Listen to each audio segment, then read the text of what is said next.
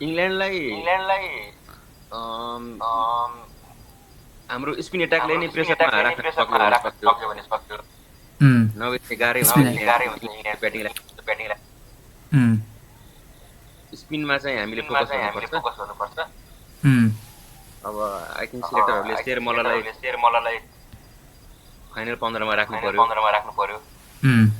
त्यो भएपछि चाहिँ शेर मल्ल र सन्दीप लामिछानेको जोडी प्रेसरमा पार्न सक्छ हैन। अनि त्यसपछि चाहिँ अब अर्को लेफ्ट शाहब आलम हुन्छ कि बसिरहन्छ। ललित राजवंशी फर्ममा देखिएको छैन लास्टको फ्यु मन्थ्सदेखि।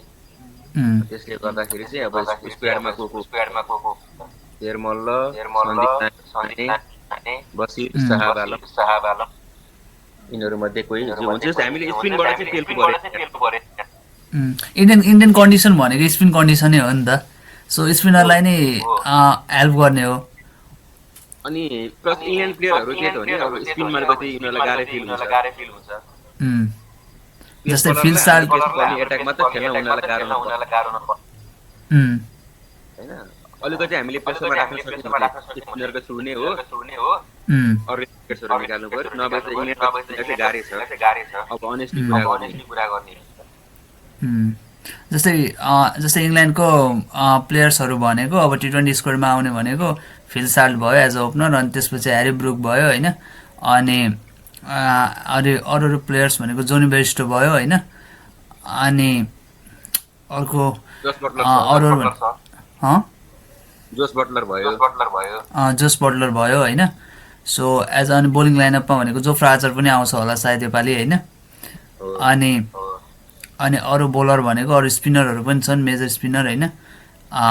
सो आदिल रसिद छ मेजर एज ए स्पिनर होइन। अनि मिडल अर्डरमा खेल्ने भनेको बेन स्टोक्स छैन नि, बेन स्टोक्स छैन होइन। सो मिडल अर्डरमा को ब्याट्सम्यान हुन्छ 2-4वटा इङ्ल्यान्डको? इङ्ल्यान्डबाट अब स्क्वाडमा चाहिँ ह्यारी ब्रुकहरू भइहाल्यो। ह्यारी ब्रुक, बेन डगेट पनि आउँछ। त्यसपछि अब जेमी स्मिथलाई के गर्छ नि? अनि जस्तै नेपालको ओभरअल ग्रुप स्टेजमा को छ? इङ्ल्यान्ड छ, इटली छ, अनि अरू कुन टिम छ नेपालको? बङ्गलादेश पनि छ, वेस्ट इन्डिज पनि छ। बङ्गलादेश यति 4वटा टिम हो। सबै म्याच मुम्बईमा मुम्बई वाङखेडेमै छ होइन। सो वाङखेडेमै छ। वाङखेडेको पिचहरूबाट अलिकति स्पिन फ्रेन्डली नै छ। र अब यसमा पनि हेर्नुपर्दा वेस्ट इन्डिजको टिम भनेको अलिकति एट्याकिङ खालको टिम हो होइन।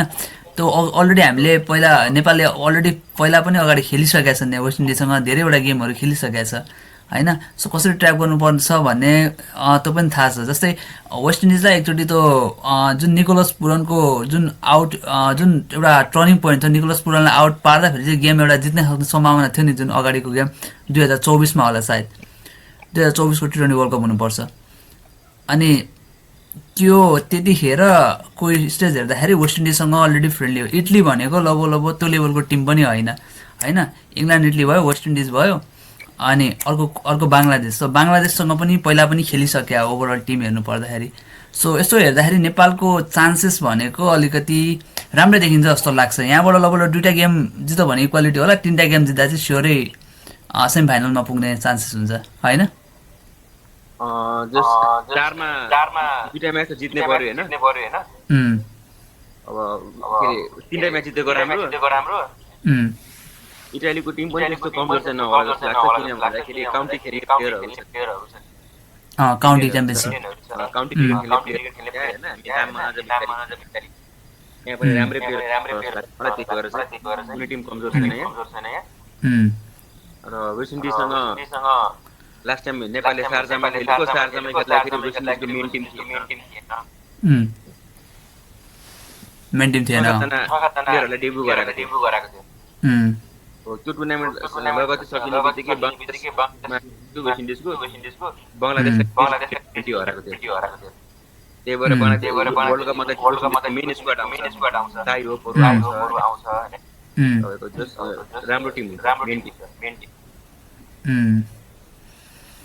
अनि जस्तै अनि अर्को इङ्ल्यान्ड त भइ नै हाल्यो सो ओभरअल हेर्नु पर्दाखेरि अब स्पिन फ्रेन्डली हुनु पर्यो होइन र प्लेइङ 11 को हेर्न सकिन्छ होला नेपालको ओभरअल कसलाई चाहिँ राम्रो चान्स दिन सकिन्छ होला प्लेइङ 11 मा रोहित पौडेल भइहाल्यो होइन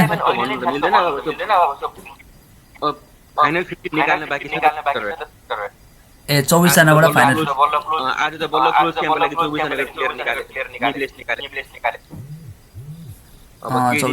प्र्याक्टिस अब 15 वटा प्लेयर चाहियो 15 जना स्क्वाड निकालेपछि बल्ल प्लेइङ 11 को लागि लेट्स सी अब फाइनल स्क्वाड निक्लेस पहिला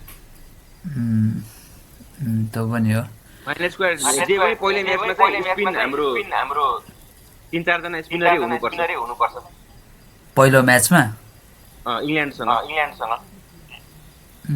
3-4 जना स्पिनर हुनुपर्छ हो अब नेपालको स्पिनर हेर्नु सन्दीप लामिछाने एउटा भइहाल्यो अर्को नन्दन यादव पनि स्पिनरै हो नि होइन नन्दन यादव फास्ट बोलर ए फास्ट बोलर है अरू को हाल्न सकिन्छ 3 जना बसिर रहमतलाई पनि हाल्न सक्यो बसिर रहमत साहब आलमलाई हाल्न सक्यो हो यिनीहरूलाई हाल्न सक्यो र वाङखेडेमा चान्सेस देखिन्छ अलिकति यो T20 वर्ल्ड कपमा नेपालको लागि होइन र यस्तै नै अलिकति अगाडि बढाउन सक्छ भनौँ न होइन त्यो नै भयो सो अनि जस्तै अब नेपालको हेर्नु पर्दाखेरि ओभरअल स्क्वाड हेर्नु पर्दाखेरि होइन अब के छ जस्तै अब नेपालको ओभरअली अब T20 को लागि प्रिपरेसनहरू त चाहिएला होइन अब 2 मन्थ्स बाँकी छ 2 मन्थ्स पनि छैन अब लगभग भन्नु पर्दाखेरि के छ त प्रिपरेसनहरू कसरी गर्ला र अगाडि कसरी बढ्ला अब T20 उसको लागि अब त्यही हो के रे 24 जनाको नाम आज बल्ल निक्लेको छ हजुर आई थिंक एक दुई दिन पछि क्लोज क्याम्पहरु लाग्छ हैन हजुर अब क्लोज क्याम्पमा त्यही हो अब वर्ल्ड कपलाई प्र्याक्टिस गर्नुपर्यो म्याच सिनेरियोहरु खेल्नु पर्यो हजुर सक्दो T20 वर्ल्ड कप भन्दा अगाडि कुनै टेस्ट प्लेइङ नेसनसँग चाहिँ T20 को सिरिज खेल्दाखेरि राम्रो प्र्याक्टिस हुन्थ्यो 5 वटा म्याचको सिरिज त्यो खेल्ने राम्रो प्रिपरेसन हुन्थ्यो अब त्यो क्रिकेट अब कति गोल थियो मिलागेर कुनैसँग म्याच हुन्छ हुँदैन हेरौँ कानपुरमा पनि एउटा ग्राउन्ड लिएको छ नि नेपालले हैन कानपुरमा पनि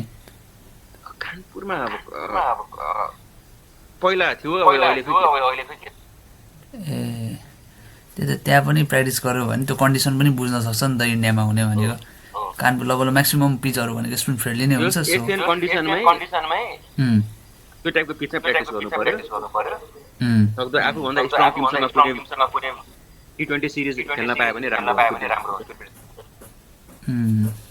त्यो राम्रो हुन्छ सो त्यही लेभलको फ्लो देखाउन सकिन्छ भनौँ हैन सो त्यही नै रहेको छ सो यति भन्दै आजलाई यही समाप्त गरौँ है त अर्को पार्ट चाहिँ भोलि हामी गर्छौं